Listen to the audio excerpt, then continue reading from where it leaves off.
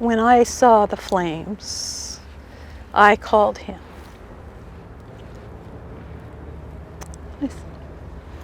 I told him, don't come this way. It was on fire. This is what's left of Becky and Lee Nelson's home. You'd come into the dining area and the kitchen was up front here. A dream home built over 4 decades. Nice big closet, 8-foot by 15-foot closet. Yeah, my closet was cool. It was the best closet ever. Now an empty plot of land. What did this space represent to you? 40 years of hard work. It was really comfortable here. That all changed with a campfire November 2018, the worst fire in California history. Flames that tore through this community were so fierce it devoured 95% of it in a matter of hours. Paradise lost nearly 19,000 homes that day. 85 people were killed. Becky's sister was one of them. When the chaplain came to tell me about her passing in the fire, I asked about that, and I said, when did you get the call to get her? And he said 9:30 that day. And I said, and when did you get to her? And he said Saturday, 3 days later.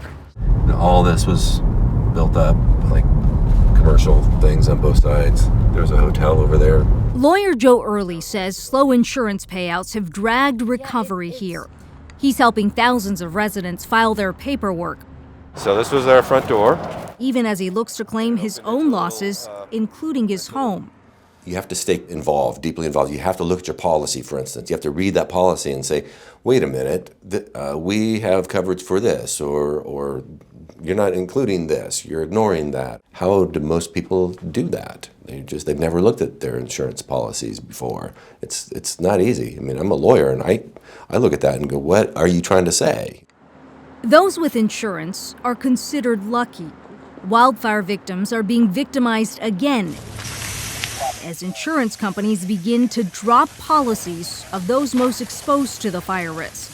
There's no doubt that we've had a record number of filings from insurance companies who are now trying to reassess their portfolios. The fact is, over the last couple of years, there's been close to $25 billion in losses for the insurance industry. We hear stories over and over again of so many Californians investing thousands of dollars in their property, and yet they still get dropped from their insurance company. Insured losses for global natural disasters topped $225 billion in 2018, one of the costliest years on record. We're focusing on the 4 primary natural catastrophes. Sean Kevlin with the Insurance Information Institute says insurance companies are scrambling to update their risk models amid soaring losses. Loss costs have increased from the 80s over 660%. So for insurers, we've been in the business of managing risk for 300 years, so this is an increasing risk. How do we help ourselves in terms of our business and make sure we're operating our businesses right, but more so how do we help the customer and make the customer more resilient in these increasing risks?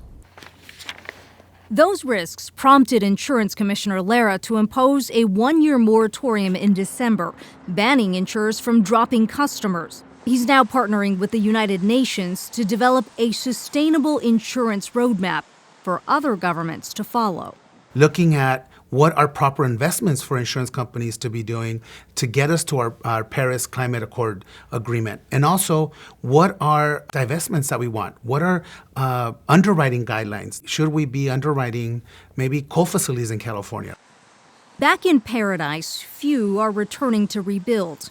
Its population is just 1/3 of what it was, with much of the town in limbo, just like Becky and Lee.